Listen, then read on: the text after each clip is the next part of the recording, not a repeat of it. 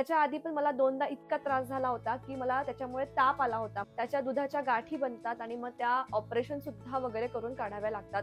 तुम्ही युरोपला का सेटल नाही होत? दादा जातो ना प्रोजेक्टसाठी. Hey all very good afternoon to all of you. तुम्हा सर्वांचे एका नवीन व्हिडिओमध्ये खूप खूप स्वागत करते. तर आजचा हा व्लॉग नाही तर एक क्वेश्चन आन्सर व्हिडिओ आहे. मी रिसेंटली एक पोल रेज केला होता की तुमचे काहीही क्वेश्चन्स असतील तर ते मला तुम्ही विचारू शकता.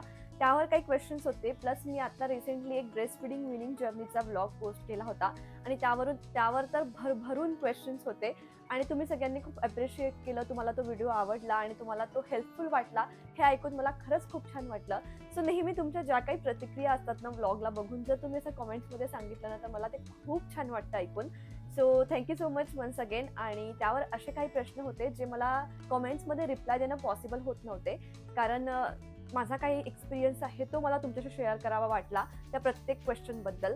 सो मी म्हटलं आपण कमेंटमध्ये रिप्लाय दिल्याबद्दल एका 2 लाईनीमध्ये आपण त्याच्यावर थोडासा एक व्हिडिओ बनवू किंवा तुमच्या प्रश्नांचं जे काय उत्तर आहे ते डिटेलमध्ये देऊ. सो माझा जो काय एक्सपिरियन्स आहे तो मी तुमच्याशी आजच्या या व्हिडिओमध्ये शेअर करणार आहे. तर व्हिडिओ शेवटपर्यंत नक्की बघा आणि हा व्हिडिओ सुद्धा तुम्हाला तेवढाच हेल्पफुल वाटेल अशी मी आशा करते.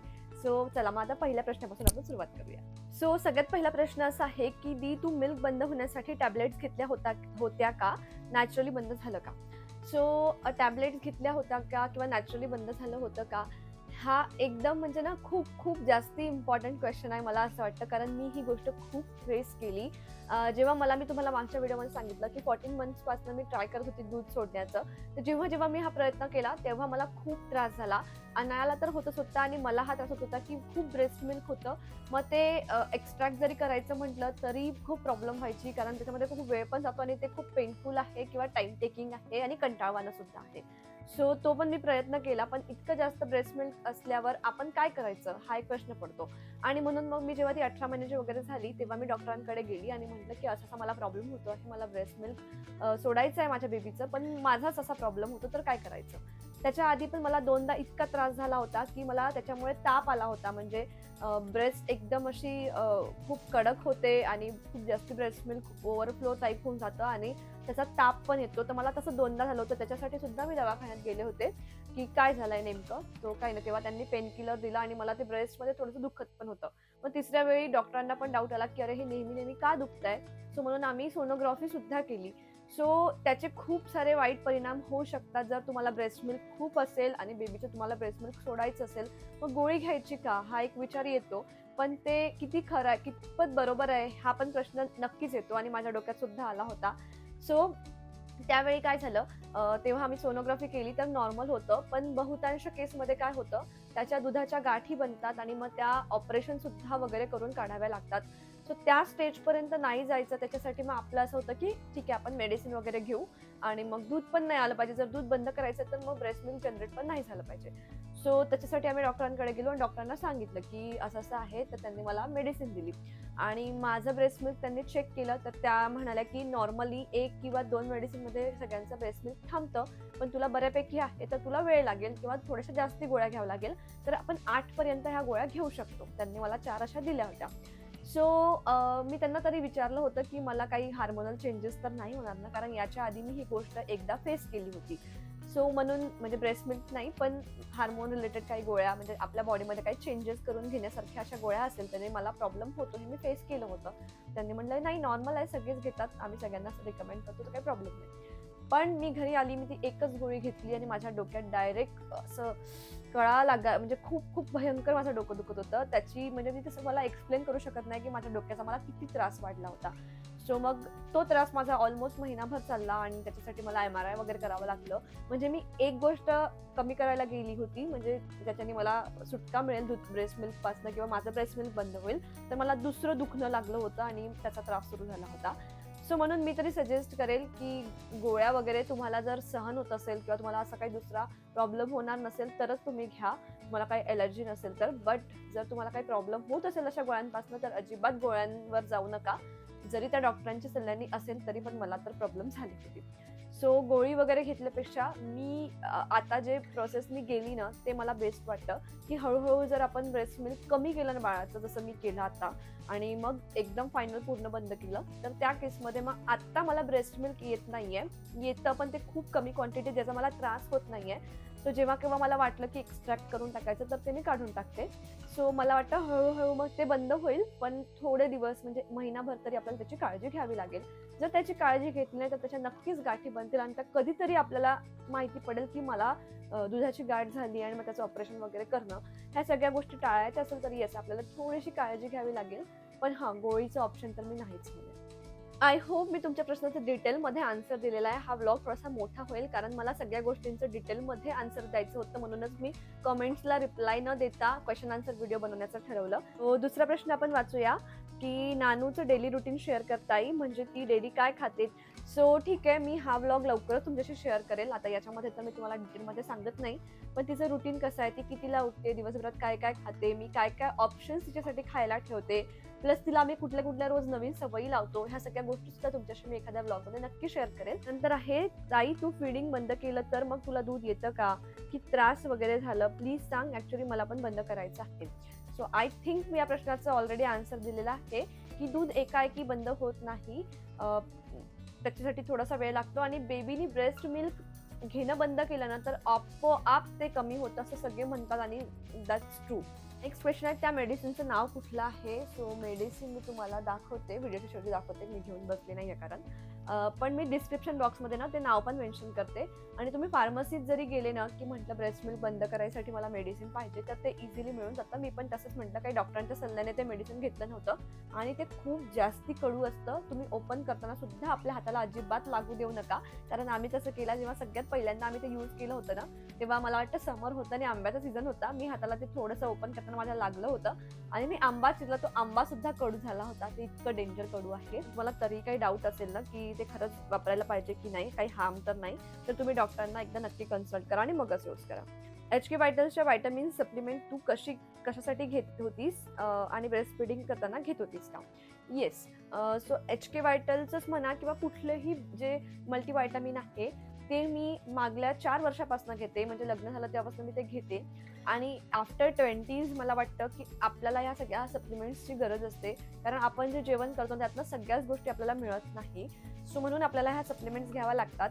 पण तुम्ही कुठलीही सप्लिमेंट घेण्याआधी एकदा डॉक्टरांना कन्सल्ट करा, फुल बॉडी चेकअप करा. मी वर्षातनं एकदा की जसं जमेल तसं एकदा फुल बॉडी चेकअप करत असते. डॉक्टरांना दाखवते की आपल्या शरीरात काही कमी तर नाही झालं, कारण व्हायटमिन्सची कमी किंवा B12 याच्यामुळे आपल्याला वेगवेगळे आजार होत असतात आणि जे आपल्याला कळत नाही की आपल्याला कशामुळे होत आहे. सो त्याच्यासाठी तुम्ही रेग्युलर चेकअप केलं पाहिजे आणि डॉक्टरांचा सल्ला घेतला पाहिजे. जनरल फिजिशियनला दाखवायचं, ते तुम्हाला सल्ला देतात. व्हायटमिन डी नेहमी आपल्याला टॅबलेट्सचा कोर्स केला पाहिजे. तर मी आणि रोशन फुल बॉडी चेकअप करतो. 6 महिन्यातनं एकदा व्हायटमिन डी टॅबलेट्सचा कोर्स करतो, B12चा कोर्स करतो, जसं आमच्या डॉक्टरांनी आम्हाला सजेस्ट केलेलं आहे. आणि हे मल्टीव्हायटमिन जे आहेत HK व्हायटल जे सध्या मी घेते आहे ते मी रोज घेते एक. आणि असं काही नाहीये, ब्रेस्ट फिडिंग जरी करत असेल तर ते घ्यायला काही प्रॉब्लेम नाहीये, कारण प्रेग्नन्सी नंतर सुद्धा डॉक्टर आपल्याला व्हायटमिन्स देतात, म्हणजे कॅल्शियम, आयरन ह्या सगळ्या गोष्टी देतात, कारण आपल्या बॉडीला त्याची गरज असते. कारण बाळ दुधातनं सगळं काही आपल्या बॉडीतनं घेऊन जातं, त्याच्यामुळे मग त्या व्हायटमिन्सची आपल्या बॉडीला गरज असते आणि डॉक्टर सुद्धा सजेस्ट करतात. तर मी ब्रेस्ट फिडिंग सुरू असताना सुद्धा मल्टीव्हायटमिन घ्यायची आणि त्याचा काही प्रॉब्लेम नाही असं मला वाटतं. पण तुम्ही एकदा डॉक्टरांना नक्की कन्सल्ट करा. त्यानंतरचा प्रश्न आहे, तुझी बेबी किती मंथ्सची झाल्यावर बोलायला लागली. तर हा प्रश्न ना खूप फ्रिक्वेंट विचारला जातो. ऍक्च्युली पहिले वेटवर खूप प्रश्न यायचे आणि आता बोलायला लागल्यावर प्रश्न असतात. सो बघा, सगळे बाळणं एकदम वेगवेगळे असतात. कुणी उशिरा चालतं, कुणी उशिरा बोलतं, कोणाला उशिरा दात येतात, कोणाचं कुठली गोष्ट लवकर होते, कोणाची उशिरा होते. सो हे सगळे बेबीज वेगवेगळे असतात. कुणाच्याच बेबीशी आपण आपल्याला बेबीला कम्पेअर करायचं नाही, कधीच नाही. आणि आपल्या मनाला कधीच वाईट वाटून घ्यायचं नाही की माझ्या बेबीला हे येत नाही किंवा हे करायला उशीर लागतो. हे बघा, आपण ना 10th पर्यंत सगळे जण शिकलो आणि सगळे एकच शिकत होतो, म्हणजे जे वर्गात शिकवलं जायचं ते सगळेजण शिकत होते. पण आज कोणी ना सायंटिस्ट झालंय, कोणी टीचर झालाय, तर कोणी इंजिनियर आहे, तर कोणी नोकरी करत नाहीये, कोणी हाऊसवाईफ आहे. तर शिकत तर आपण सेमच गोष्ट होतो. आपली बुद्धी पण सारखीच असायला पाहिजे असं नाहीये. बुद्धी सगळ्यांची वेगळी असते, कोणी कुठे जातं, कोणी कुठे जातं. सो आपण कुणालाही काहीही कंपेअर न करता, की हिची बेबी एवढ्या वयात हे करायला लागली तर माझ्या बेबीनी पण हे केलंच पाहिजे, असं अजिबात काहीच एक्सपेक्ट करू नका. आणि प्रत्येक बेबी त्याच्या त्याच्या ठिकाणी एकदम छान आहे. सो आपलं बेबी आणि आपल्याला नेहमीच छान वाटतं. सो मला वाटतं तुम्ही ते पकडून चालायला पाहिजे आणि कुणाशीच काही कंपेअर करू नका. आता अनायाचं विचारलं तर अनाया बोलायला खूप लवकर लागली. ऑलमोस्ट ती 14 मंथ्सची होती तेव्हा ती शब्द बोलायची, एक एक शब्द बोलायची. ती 18 महिन्यांची झाली तेव्हा ती सेंटेन्सेस प्रॉपर बोलायची. आणि आता तर ती पूर्ण सगळं बोलते. तिला उलटे उत्तरं पण देता येतात. म्हणजे एक्झाम्पल द्यायचं झालं तर मी तिला म्हटलं, की "अगं बाबा येत आहेत गाडी ठेवून." "अगं ती गाडी नाही, ती बाईक आहे," असं ती मला सांगते. म्हणजे तिला अशी उलटे उत्तरं पण देता यायला लागली, म्हणजे कळायला भरपूर लागलाय. सो ठीक आहे, म्हणजे जे काय असेल मी माझा एक्सपिरियन्स जे काय होता त्यासोबत ते शेअर केला. पण तुमचं बाळ जर बोलत नसेलही ना लवकर, तर तुम्ही त्याच्याशी फक्त जास्तीत जास्त कॉन्व्हर्सेशन करण्याचा प्रयत्न करा. दिवसभरात भरपूर बोलायचा प्रयत्न करायचा, भरपूर प्रश्न विचारायचे, म्हणजे त्यांना उत्तर द्यायचं हे कळलं पाहिजे. पण त्याचं टेन्शन अजिबात घेऊ नका, की अरे हे अजून का बोलत नाहीये. नेक्स्ट प्रश्न आहे, की ड्राय बाल्कनी जे तुम्ही केली होती त्याला खर्च किती आला? आणि किचन ओटा ज्यांनी बनवला त्यांचा नंबर शेअर करा. आणि माझ्या कोणीतरी जवळपासच राहतं आणि मला भेटायची इच्छा आहे. नक्कीच मला पण खूप छान वाटतं जर तुम्ही मला भेटले कुठे तर. सो किचन ओटा बनवला त्याच्यासाठी आम्हाला अराउंड 25,000 26,000 असा काहीतरी खर्च आला. आम्ही अजिबात काही आणलं नव्हतं. म्हणजे त्यांनाच पूर्ण आम्ही दिलं होतं, की तुम्हीच सगळं सामान आणा आणि तुम्हीच सगळं बनवून द्या. सो मी तुम्हाला ड्राय बाल्कनीचा टूर मागच्या व्हिडिओमध्ये दिलेला आहे. जर तुम्ही बघितलं नसेल तर नक्की चेकआउट करा. आणि ते बनवण्यासाठी आम्हाला 26,000 खर्च आला होता. सगळं काही त्याच्यामध्ये इन्क्लूड होतं. टाईल्स म्हणा किंवा त्यांची मजुरी म्हणा किंवा प्लंबिंगचं काम म्हणा, एव्हरीथिंग वॉज इन्क्लुडेड. आणि त्यांनी काम पण खूप छान केलं. सो मी तुम्हाला नक्कीच नंबर शेअर करेन. रात्री झोपायचा टाईम काय आहे बेबीचा? सो रात्री झोपायचा टाईम ॲक्च्युली फिक्स होता, पण जेव्हापासून ब्रेस्ट फिडिंग सोडलेलं आहे तेव्हापासून थोडंसं हललेलं आहे. आणि आता मला पण ब्रेस्ट फिडिंग सोडून फक्त आता 10-12 दिवस झाले, त्याच्यापेक्षा जास्त वेळ झालेला नाही आहे. त्याच्यामुळे अजून आम्ही सेटल व्हायचो आहे. सकाळी ती ॲक्च्युली उशिरा उठते, त्याच्यामुळे दुपारी आता पहिले ती 2 वाजेपर्यंत किंवा 1:30 वाजेपर्यंत अशी झोपायची. आता तिला ते 3-3:30 होतात झोपण्यासाठी दुपारचं. कारण तिला ब्रेस्ट मिल्क मिळत नाही, त्याच्यामुळे तिला झोपायचं कसं हे थोडंसं कळायला आता वेळ लागेल. कारण मी पाळण्याचा वापर कधीच केला नाही, झोळी वगैरे बांधली नव्हती. कारण माझं असं होतं, की पाळण्याची एकदा जर सवय लागली तर ती तुटायला वेळ लागतात असं सगळे म्हणतात. सो मला कधी वाटलं पण नाही, की झोळी बांधायला पाहिजे. आम्हाला असं वाटत होतं, की ती आमच्याजवळ बेडवरच झोपली पाहिजे, तर आम्ही ते नेहमी तसंच फॉलो केलं. सो आता जेव्हा ब्रेस्ट मिल्क सुटलेलं आहे, तर मग तिला झोपवायचं कसं? तर एक आम्ही सवय लावली आहे, तिला मी अशी थापट करून झोपवते. थोडासा वेळ लागतो आहे, पण मला वाटतं ठीक आहे. म्हणजे परमनंट एका गोष्टीचं सोल्युशन पाहिजे असेल तर दुसरी गोष्ट अचीव्ह करायला थोडासा वेळ तर लागणारच आहे. पण ठीक आहे, आता ती 3-3:30 अशी झोपते. त्याच्यामुळे मग तिला उठायला 5-5:30 होतात. मग रात्रीची झोप पण लेट होते आणि तसंही आम्ही दोघं पण लेटच झोपतो. कारण मला रात्री थोडंसं एडिटिंगचं काम असतं, त्याच्यामुळे पण आम्हाला झोपायला लेटच होतं. आणि म्हणून मग ती पण लेट झोपते. तर आमचा झोपण्याचा टाईम 11:30 नंतरच, म्हणजे 11 ते 12च्या दरम्यान ती झोपते. तुम्ही युरोपला का सेटल नाही होत? दादा जातो ना प्रोजेक्टसाठी, तिकडे ग्रोथ अजून छान होईल. बाकी love your blogs. Thank you so much Mayuri. मयुरीची कमेंट आहे ही. युरोपला शिफ्ट व्हायचं असं, की जेव्हा आमचं लग्न झालं होतं त्याच्या आधी रोशन युरोपलाच होता. म्हणजे त्याला भरपूर वेळ झाला ॲक्च्युली, 2016-17 ची गोष्ट आहे. तेव्हा तो युरोपला होता. आणि मग तो परत आला इंडियामध्ये, कारण त्याला तिकडे राहायला नाही आवडत. त्याला इंडियात राहायलाच आवडतं. आणि मम्मींचं पण असं होतं, की "तू बाबा कमी पैसे कमव पण इंडियातच राहा." म्हणून मग रोशन तिथनं स्वखुशीने परत आलेला आहे. आणि जेव्हा आमचं लग्न झालं तेव्हा त्याने मला विचारलं, की "तुला जायला आवडेल का?" तर सुरुवातीला मला पण खूप हौस होती, की "हो चला, मला छान वाटेल जायला." पण मग नंतर माझं असं झालं, की नाही यार, आपल्याला इथे छान वाटतं. आपण वाटलं सगळ्या कंट्र्या फिरू, आपण फिरायला जाऊ, पण इंडियातच आपण जे काय करायचं ते करू. आणि आता सध्या तरी मी इथे छान सेटल झालेली आहे. माझं काम या सगळ्या गोष्टी इथे छान सेटल झालेल्या आहे. मी नोकरी करत असते, एकदाची तर मी विचार केला असता, की चला आपण तिथे जाऊन नोकरी करू, काही प्रॉब्लेम नाही. पण तिथे आता रोशन राहून आलेला आहे, त्याच्यामुळे त्याला माहिती आहे, की लाईफस्टाईल कशी आहे. तर त्याचं म्हणणं असं आहे, की आयसोलेटेड वाटतं. खूप सारी आपली फॅमिली मिळत नाही. बल्कि त्याचे जे सगळे फ्रेंड्स आहेत, जे सोबत गेले होते, ते तिथेच आहे, अजून तिथे सेटल आहे. पण त्याला समहाऊ असं वाटतं, की खूप आयसोलेटेड, फॅमिली दिसत नाही. आणि वी आर थोडंसं फॅमिली ओरिएंटेड. जरी आम्ही पुण्यात राहत असेल, पण आम्ही फॅमिलीच्या टचमध्ये राहतो. आणि किती नाही म्हटलं तरी येणं-जाणं होत असतं. म्हणजे ते नाही येत, पण आम्ही जास्त तिकडे जात असतो. तिकडे गेल्यावर तसं होणार नाही किंवा मुलांना फॅमिली कळत नाही. म्हणजे भरपूर साऱ्या गोष्टी आहेत. तर आम्हा दोघांना तरी असं आहे, की नाही आपण म्हणजे रोशनची तरी कधीतरी इच्छा होते, पण मला असं वाटतं, की नाही आता मला जायचं नाही. सुरुवातीला मला अनाया व्हायच्या आधी असं वाटत होतं, की जायचं असेल तर मग आता जाऊ.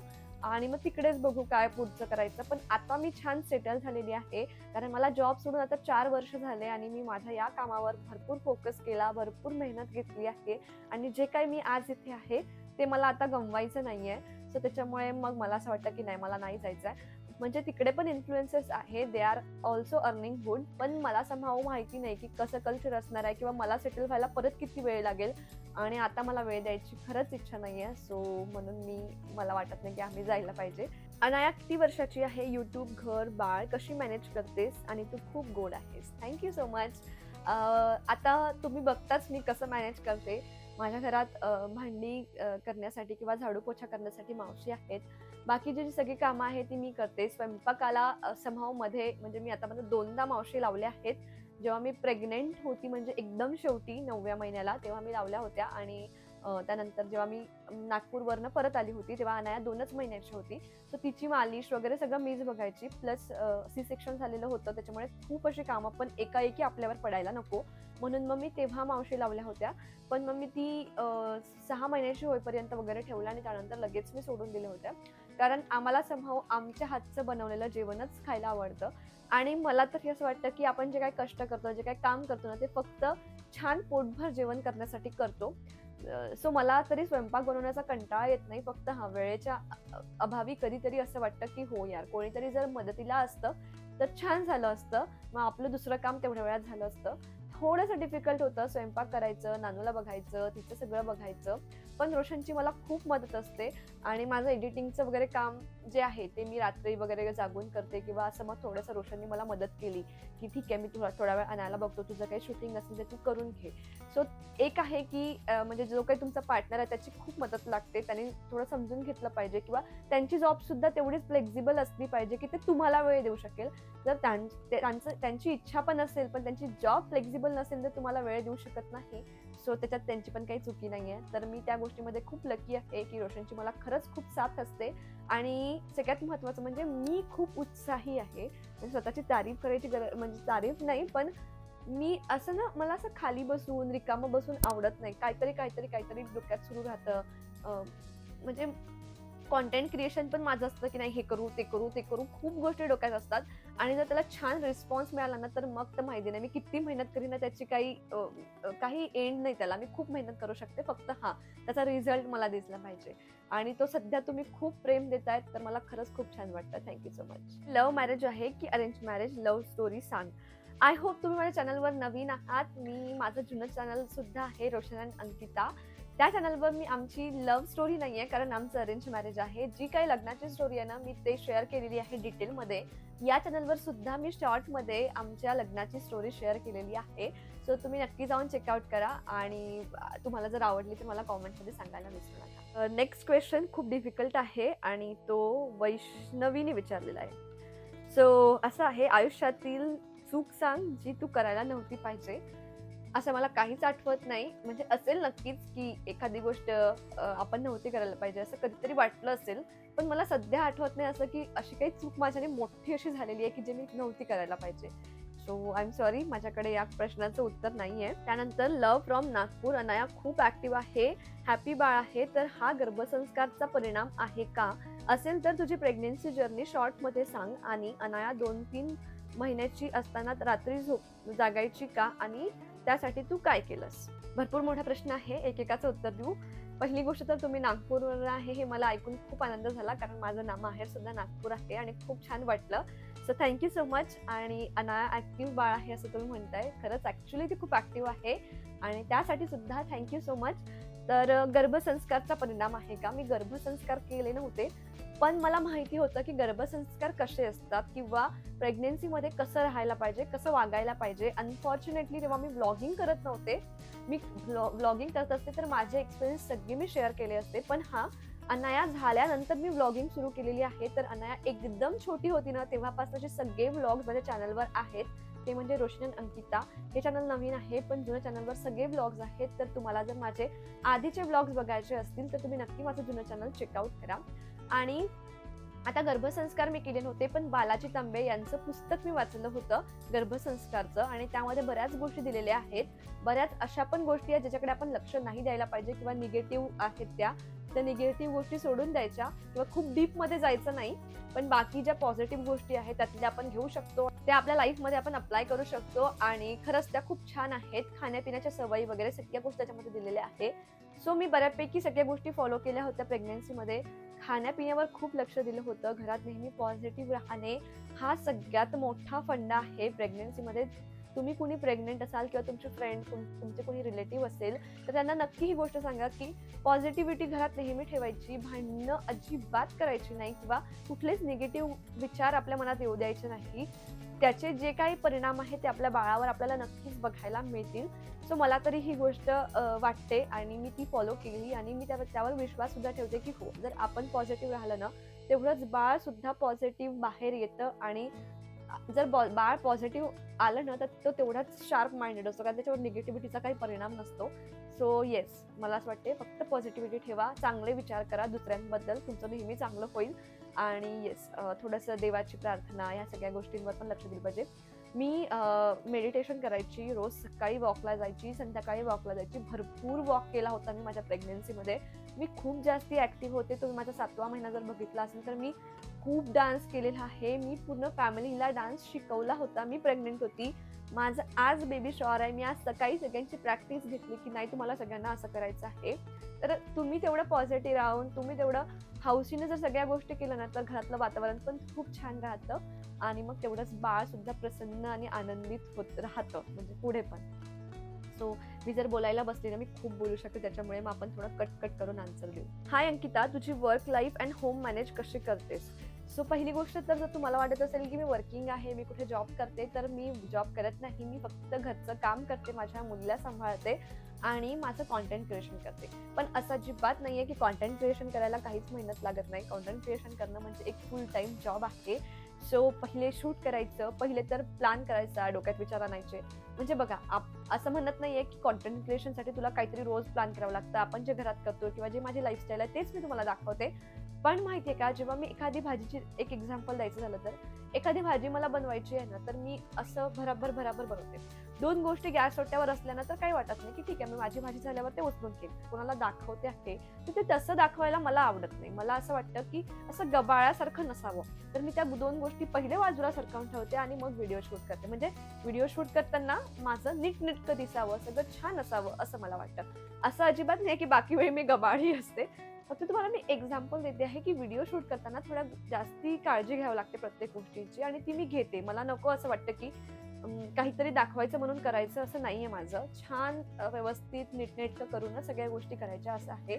त्याच्यामुळे जर भाजी बनवायला मला 10 मिनिटं लागत असतील तर मला व्हिडिओ शूट करून भाजी बनवायला 20 मिनिटं लागतात. I hope you got my point की मला म्हणायचं आहे की जर ब्लॉगिंग करायची आहे तर तेवढंच व्यवस्थित सगळ्या गोष्टी कराव्या लागतात. कॅमेरा हँडल करणं, बोलणं किंवा डोक्यात त्या सारख्या गोष्टी चालवणं की नेक्स्ट मला काय बोलायचं किंवा कशाबद्दल मला तुम्हाला सांगायचं होतं, ह्या सगळ्या गोष्टींचं लक्षात ठेवणं. प्लस आपलं बाळ आहे, तुमच्या मनात जरी ती गोष्ट असेल की मला आता हे सांगायचं होतं पण बाळ तुम्हाला अलाव करत नाहीये ते आता बोलण्यासाठी, तर तुम्हाला ते लक्षात ठेवायचं आहे, ते परत बोलायचं आहे.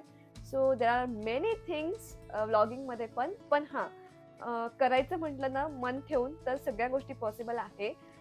थोडीशी डिफिकल्टी होते पण मला आधी तरी थोडी वाटायची जेव्हा अनाया खूप लहान होती, कारण असं वाटायचं की आपल्या कामामुळे तिच्यावर दुर्लक्ष होऊ नये, अशा बऱ्याच गोष्टी होत्या. पण सध्या तरी आता ती खूप समजदार झालेली आहे आणि आम्ही तिला प्रॉपरचं ट्रेन केलेलं आहे की मम्माचं हे काम आहे, बाबांचं हे काम आहे ऑफिसचं. तर तिला कळतं आणि ती म्हणते की बाबांची मीटिंग सुरू आहे, मम्माचं काम सुरू आहे, मम्मा ऑफिसचं काम करते आहे, बाबा ऑफिसचं काम करते आहे आणि ती एकदम समजदार आहे आणि आम्हाला ती आमचं काम छान आता करू देते.